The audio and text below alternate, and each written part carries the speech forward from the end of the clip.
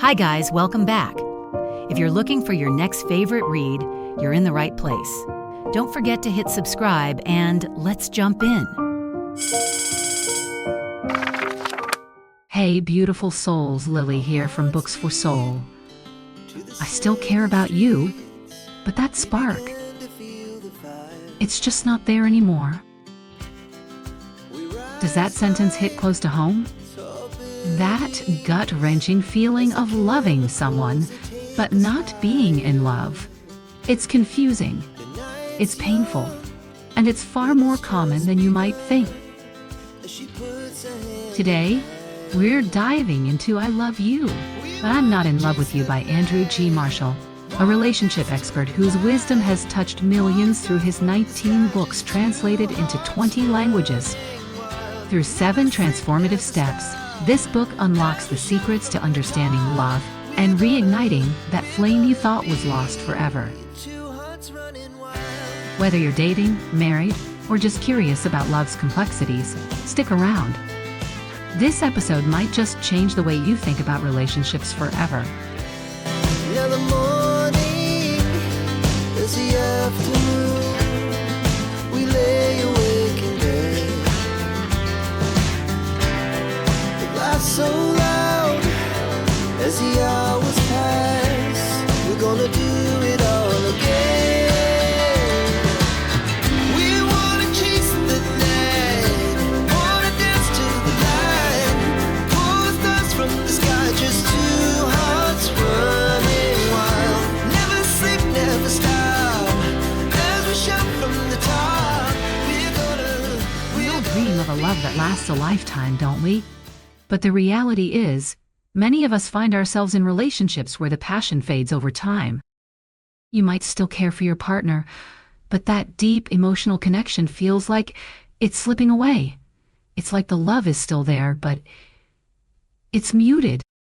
And let's be honest, falling in love is easy, but staying in love? That's where the real challenge lies. It's heartbreaking to think that so many relationships end not because of hatred or betrayal, but simply because the love has faded. Let me hit you with some hard truths from the book. While money problems, cheating, constant bickering, and parenting clashes used to top the divorce charts, there's a new one reason couples split: emotional disconnection. Nearly half of divorcing couples say they've lost that deep emotional bond. And get this, 43% admit they still love their partner but just don't feel in love anymore. Ouch! If that hits close to home, you're not alone. But here's the million-dollar question. Why does this keep happening to so many of us? Here's the thing. If being with someone is causing you constant pain, making you lose yourself, or stripping away your joy, it might be time to reevaluate. But what if the issue isn't about toxicity or harm? What if it's just that the spark has dimmed? If you walk away, will you regret it later? And even if you start a new relationship, are you sure you won't face the same challenges again? The truth is, the problem often lies within us. Love requires effort, understanding, and a willingness to grow together. This book is a must-read for anyone in a relationship, whether you're dating, engaged, or married. It's packed with practical exercises and insights that can help you reignite the passion and deepen your connection. Honestly, I think this is one of those books you should read before you fall in love, and definitely before you say, I do. It's not just about saving relationships, it's about understanding yourself and what it truly means to love and be loved. Today, through this episode, I want to share with you the core essence of this book.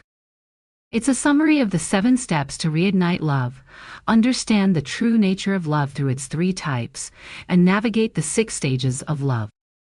But first, let's talk about why we shouldn't just lump all our feelings under the vague umbrella of love. The author's biggest contribution, in my opinion, is his ability to give us a broad perspective on what love truly is. Think about it. How often do we say, "I love you, you love me," or "we love each other"?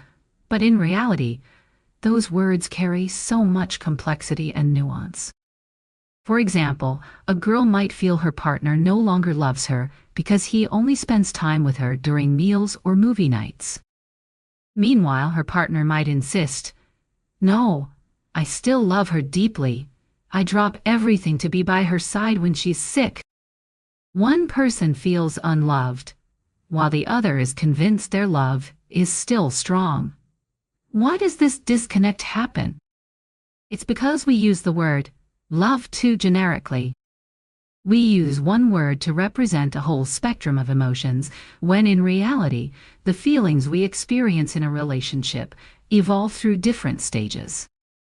The author encourages us to be more precise with our language.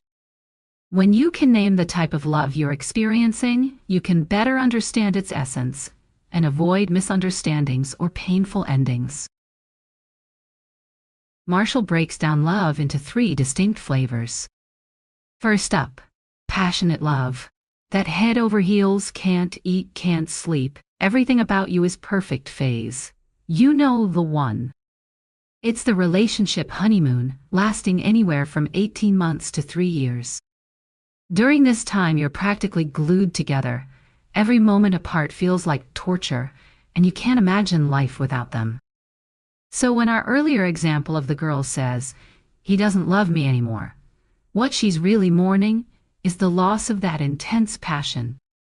Meanwhile, her partner's actions, dropping everything to care for her when she's sick, show a different kind of love, companionate love. The second type of love is companionate love. This is the stage of caring and being cared for. It's a deeper, more stable form of love compared to the initial passion. While passionate love is intense, it often lacks a solid foundation. Companionate love, on the other hand, is rooted in mutual support and connection. Imagine a lazy Sunday morning when your partner is preparing breakfast while you're still lounging in bed. That warm, contented feeling you get, the sense of being cherished and secure, that's what companionate love feels like. It's less about fireworks and more about the quiet, steady glow of being deeply connected. As love matures, it becomes less intense than the passionate phase, but it can last much longer. Eventually, the couple transitions into a different kind of love, one rooted in care and unconditional affection. At this stage, the two become like family, perhaps even the closest family members to each other. There are no conditions or expectations. They simply exist together as partners. They share economic and emotional interests, care for their children, and support their parents. This is the third stage of love, and all 3 stages are equally valid forms of love. To truly understand love, you need to recognize which emotional phase you and your partner are in. But love doesn't stop there. To fully grasp the depth of a relationship, we also need to understand the 6 stages of a romantic partnership. Just like starting a business requires understanding the product life cycle, love and marriage have their own cycles.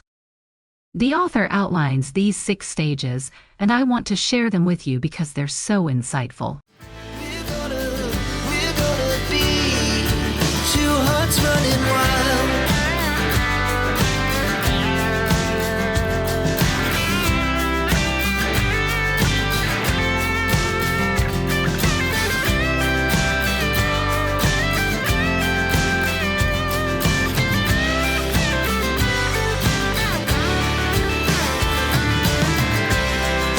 Moonlight, summer sky, it was the best we ever had.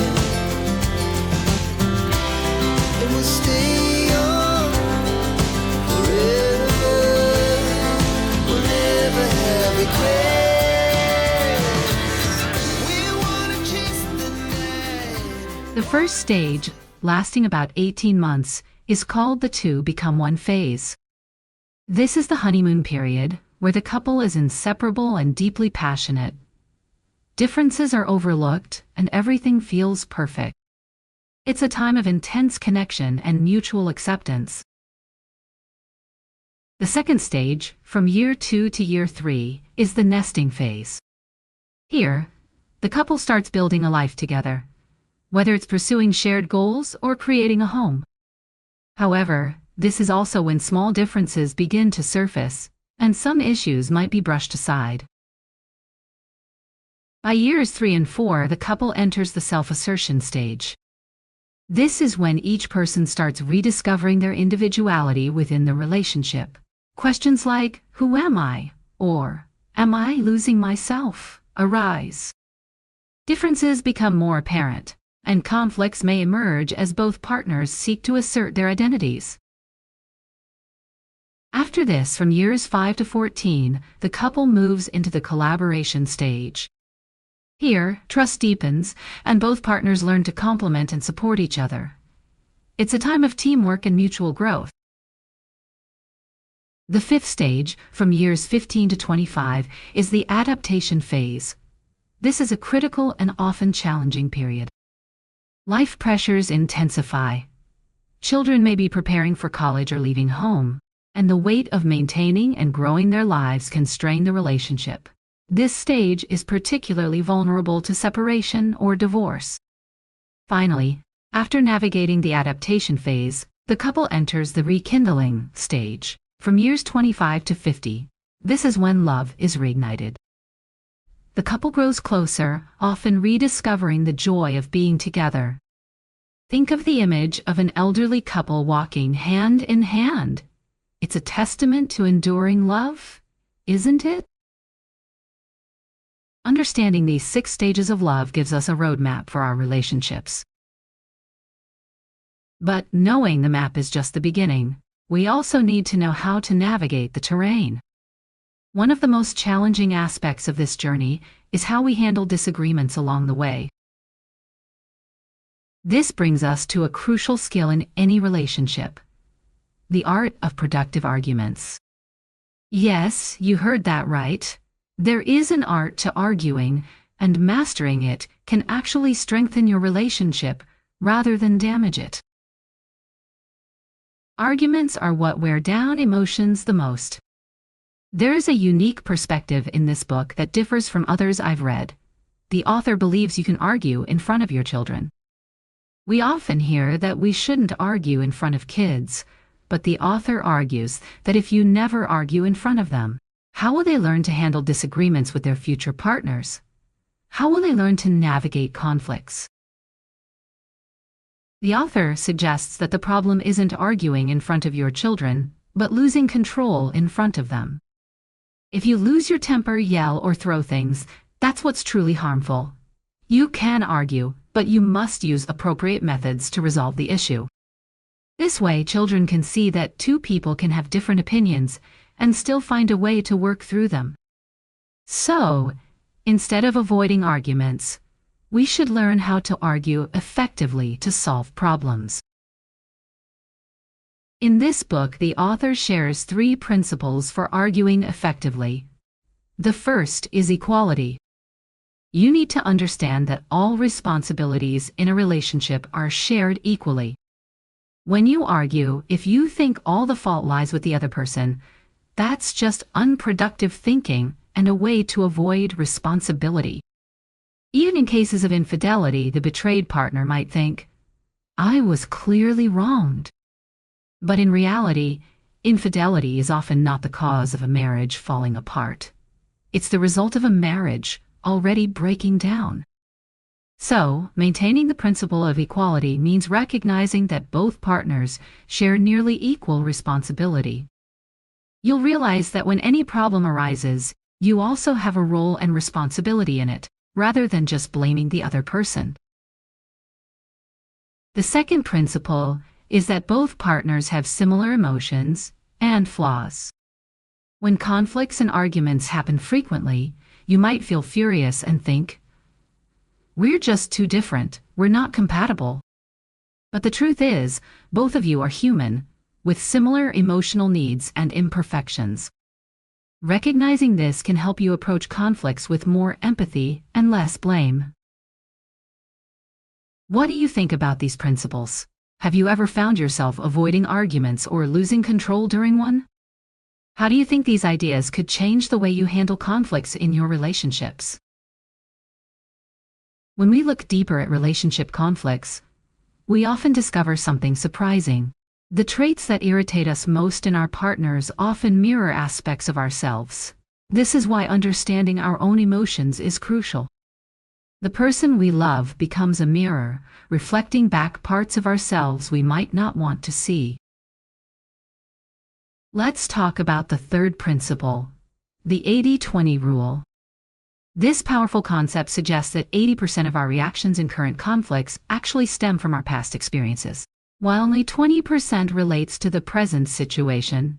For instance, when a couple argues about something seemingly simple, like leaving hair in the shower, the real trigger often lies in deeper issues. Perhaps one partner grew up feeling unheard, while the other had experiences with harsh criticism.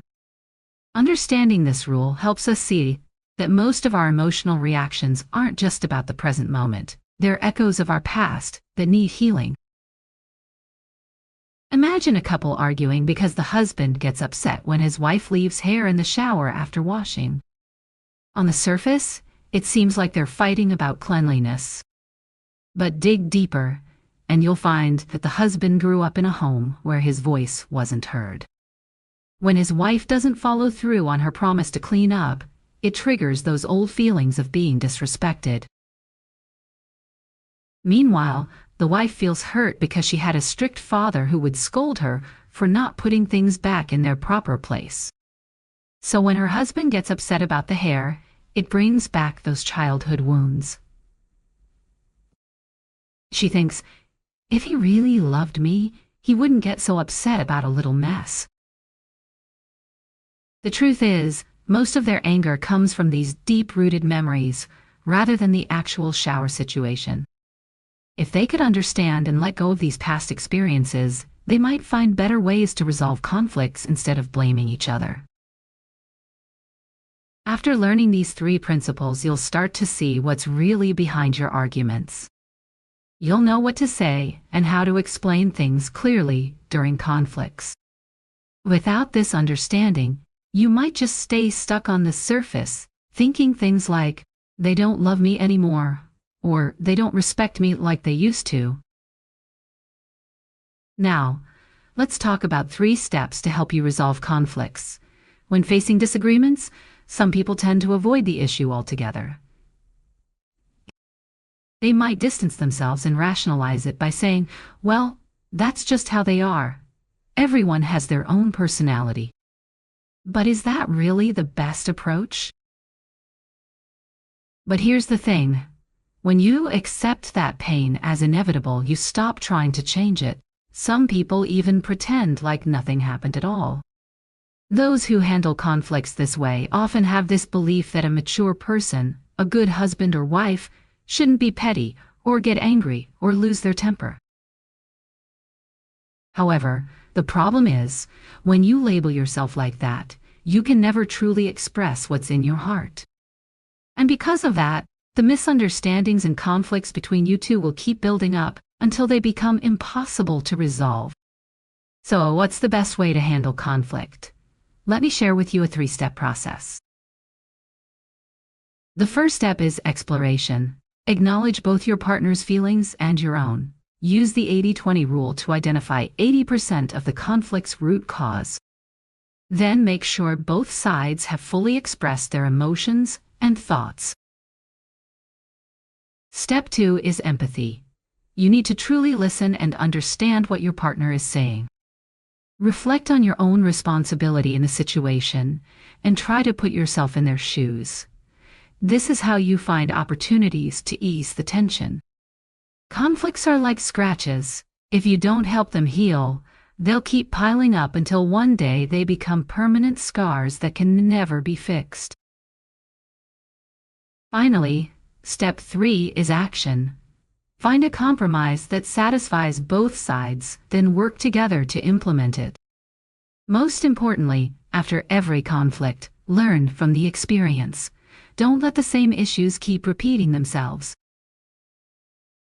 After learning how to argue effectively, you need to maintain a shared goal. This is crucial. When you're in love, you often focus only on the emotions that you need each other. Being together becomes a habit, and over time you might forget that to maintain and grow your love, you both need to strive for a common goal, to keep your love alive. The best way to express this goal is to consistently show your love outwardly. Here's an important insight. Everyone expresses love differently. For example, a husband might show his love by bringing home a cake after work. But his wife, who's unhappy with her weight, might feel more loved if he encouraged her or joined her at the gym instead. This is the difference in love languages. According to research from the book The 5 Love Languages, there are at least 5 ways people express love. The first is creating quality time together. If someone says, "It's been a while since we spent time together," this is their way of expressing that they want dedicated time with you. The second love language is acts of service. Imagine if you're sick, I'd be there to take care of you. Cooking porridge, buying medicine, or taking you to the hospital. People who speak this love language show their affection through caring actions. The third love language is physical touch. These are the people who naturally want to hug you, hold your hand, or show affection through touch. The fourth love language is words of affirmation. These individuals are serious about expressing gratitude and appreciation, which is their way of showing love. However, some people might perceive their expressions of thanks as insincere. Isn't that a shame? This misunderstanding often happens when we don't understand each other's love languages. The final love language is gift-giving. All 5 of these are valid ways to express love, just in different forms. Now, while this book chapter is quite brief, I feel that just expressing love isn't enough. In reality, conflicts naturally arise in relationships. Arguments often stem from our inability to effectively communicate what we truly want. Typically, we tend to express our anger and dissatisfaction instead. That's why I highly recommend reading Nonviolent Communication. This book offers a simple formula that I'll share with you. In our daily lives, we often unconsciously use violent language with each other. Phrases like, "You make me so angry," or "You hurt me" might seem simple and common, but they can actually be a form of emotional torture. They dump all the responsibility on the other person and make them feel blamed. Instead, if you apply the nonviolent communication formula, you'd say something like, "When you do specific action, I feel specific emotion because reason."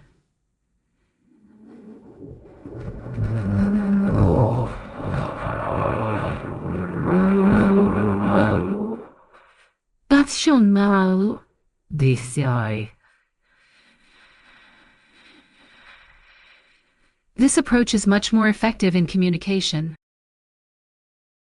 Violent communication blames the other person, while nonviolent communication seeks to understand our own inner needs. When we can express our deeper needs, our anger diminishes, helping us avoid unnecessary arguments. In this third step, it's crucial to maintain a common goal: expressing love. You need to understand your partner's love language while also being clear about your own. Then start learning to speak your partner's love language and communicate in ways they value. Most importantly, in daily life, we need to practice non-violent communication with each other. Expressing love and communicating effectively are like strong glue in a relationship. But even that's not enough. couples still face the risk of growing apart when they become too familiar with each other. This brings us to step 4, cultivating intimacy. This is where you create that deep, meaningful connection between two people. Here's an interesting statistic. In a healthy relationship, physical intimacy only accounts for about 30%. Don't make the mistake of thinking that intimacy is solely about physical connection. That mindset can create unnecessary pressure for both partners. In reality, small gestures like gentle touch, kind words, or emotional warmth can foster intimacy far more effectively. So, as you work on building intimacy, don't be afraid of vulnerability. If you reach out to hug them, say something heartfelt, and they don't respond the way you hoped, that's okay. Fear of rejection can hold you back, but it's in these moments of vulnerability that you can gradually build a deeper connection. Once you understand the essence of love, learn how to argue constructively, express love effectively, and cultivate intimacy, you'll face the biggest challenge in any relationship: differences. Since this book is quite extensive and our time is limited, I've decided to split this into 2 parts. In the next episode, I'll share the crucial steps to reignite the spark in your relationship. We'll explore common mistakes couples make when dealing with differences, the best ways to resolve them, how to avoid emotional triggers, and finally, habits to nurture intimacy over time. Before we dive into part 2, let's recap the first 4 steps of the 7-step framework to overcome emotional distance and rekindle your connection. In the previous episode, we learned not to oversimplify love into a single word. Instead, we explored the 3 types of love and the 6 stages of a relationship. We also covered 3 principles for arguing productively and 3 steps to resolve conflicts. Step 3 taught us how to express love by understanding both your own and your partner's love language, as well as practicing nonviolent communication. Finally, in step 4, we discussed how to create intimacy. Now, in step 5, which kicks off part 2, the author emphasizes the importance of balancing love and self-awareness when facing differences. Why is this balance crucial? Because as you move past the honeymoon phase, your individuality begins to emerge more strongly. Some people ignore these differences, pretending everything is fine, but this often leads to a lack of true intimacy. Others resist differences, avoiding or even attacking them, which can spark arguments and resentment. The key is to find that balance, honoring your individuality while nurturing the love that binds you together. How do you do that? Stay tuned for the next episode where we'll dive deeper into this delicate dance of love and selfhood. When it comes to navigating differences in relationships, there are typically 3 patterns that couples fall into. The first is the control-submission dynamic. In this scenario, one partner dominates and expects the other to comply with their wishes, while the other submits. Over time, the submissive partner loses their sense of autonomy and begins to live according to the other's demands, almost as if it's second nature. The second pattern is indifference detachment. Here, both partners essentially say, "I don't care what you do, and you don't care what I do." They go about their lives independently, ignoring each other's needs or desires. The third pattern is sacrifice resentment. In this case, both partners feel like they're constantly giving in or sacrificing for the other. They might think, "I'm living for them," or "I'm doing so much for them." But here's the catch. Both end up feeling unappreciated and resentful because they believe they're the ones making all the sacrifices. Ironically, this dynamic often leads to neither partner living the life they truly want. The truth is, all 3 of these patterns can lead to the breakdown of a relationship. So, what's the solution? The author suggests that the best approach is to encourage your partner to be themselves. You need to understand that your partner is not you, and everyone has their own unique life and perspective. It's about accepting and embracing those differences. One practical exercise the author recommends is called I Lead, You Lead.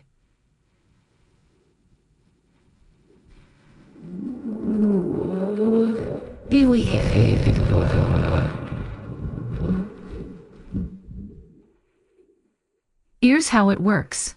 Let's say you have a weekend together. On Saturday, you take the lead, you decide the activities, and your partner follows your plan. On Sunday, your partner takes the lead, and you follow their plan. For example, on Saturday, you might want to go shopping or watch a movie, while on Sunday, you might join them for a hike or something they enjoy.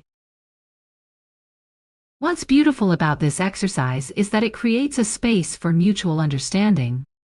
When your partner suggests something you wouldn't normally choose, like going for a walk, instead of resisting, you willingly participate. And when you approach it without resistance, you might actually find joy in activities you previously disliked. This opens the door for deeper connection and appreciation for each other's worlds. This practice helps us gradually understand and embrace our differences, stepping into each other's worlds and finding meaning behind the requests our partner makes. It's a powerful way to bridge the gap between two people. As you dive deeper into this, you might realize that some relationship issues stem from past experiences or childhood wounds. One or both partners might even be dealing with unresolved emotional struggles.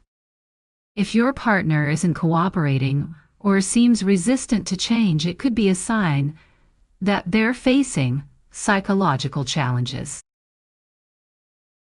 The author also advises that if you discover infidelity or betrayal in your relationship, the fifth step, balancing love and self-respect, is crucial.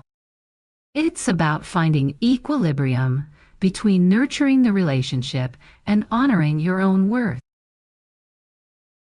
So, what do you think? Have you ever found yourself in one of these patterns? How do you navigate differences in your relationships? Let's explore this together. We wanna chase the night, wanna dance to the light, pull the stars from the sky, just two hearts running wild. Never sleep, never stop, as we shot from the top. We're gonna be two hearts running wild. We're gonna be. We're gonna be two hearts running wild.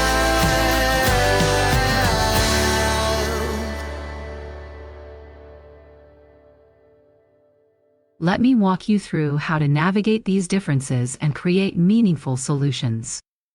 The book I'm referencing offers numerous practical techniques, but since the exercises are quite complex, I can't possibly cover all of them here.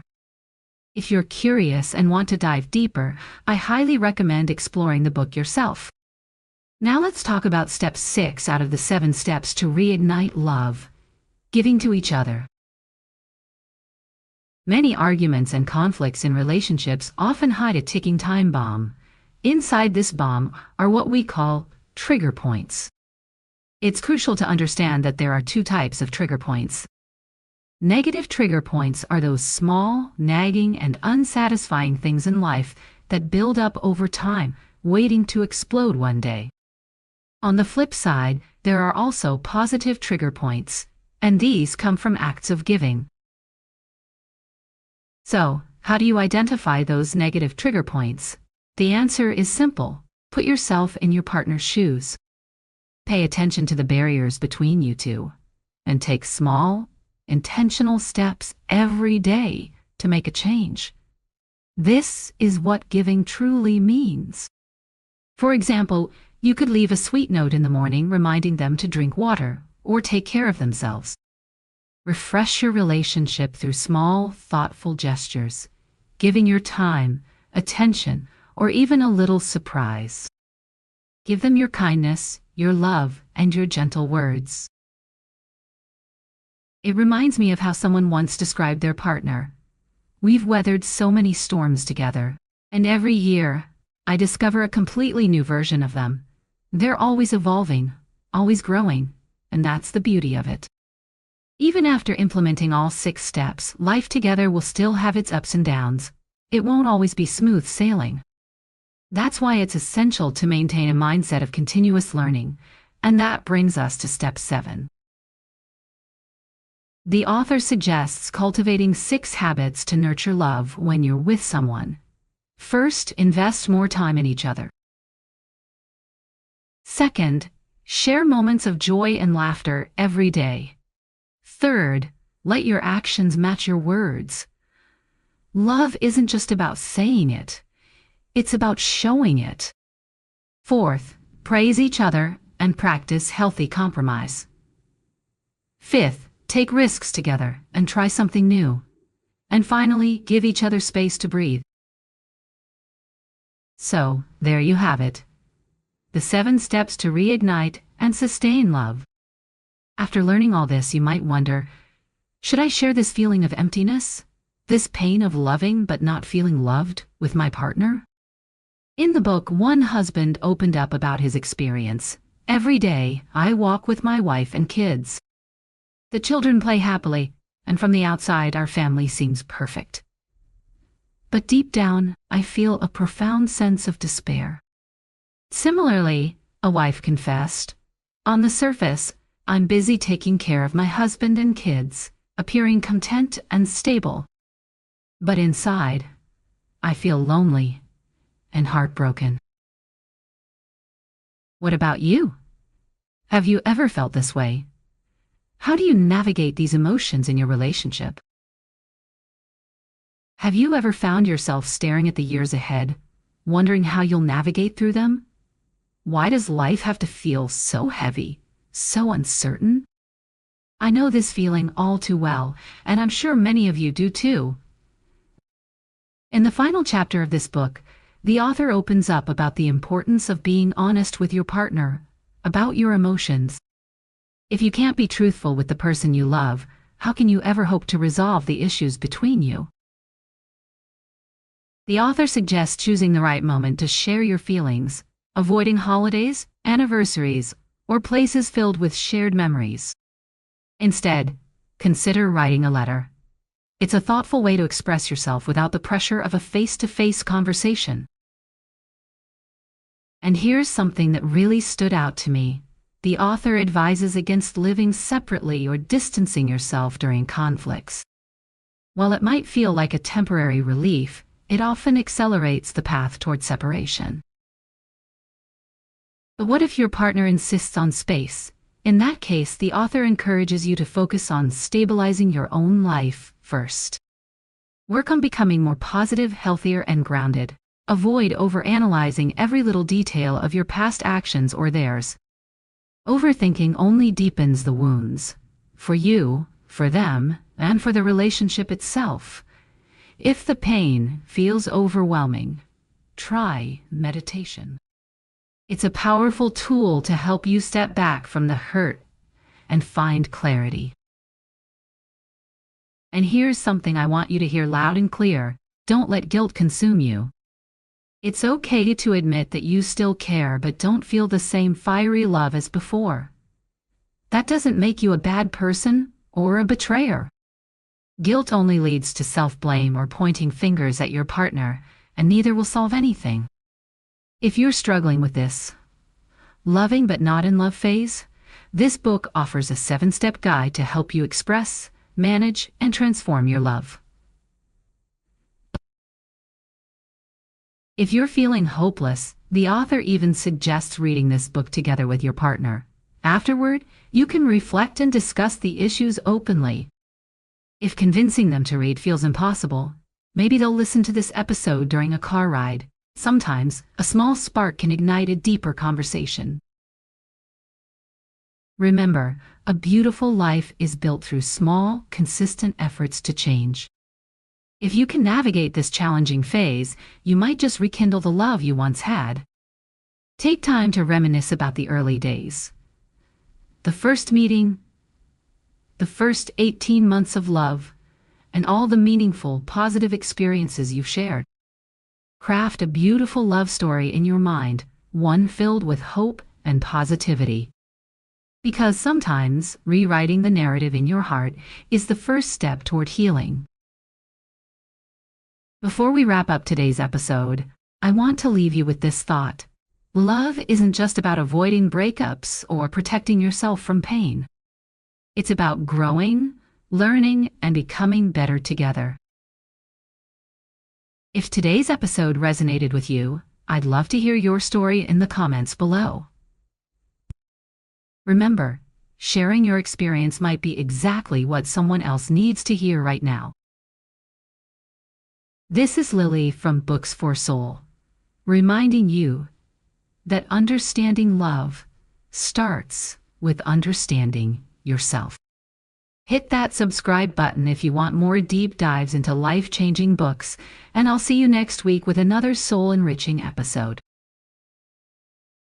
Until then, keep loving, keep growing, and stay beautiful, inside and out. Hi guys, welcome back. If you're looking for your next favorite read, you're in the right place. Don't forget to hit subscribe and let's jump in.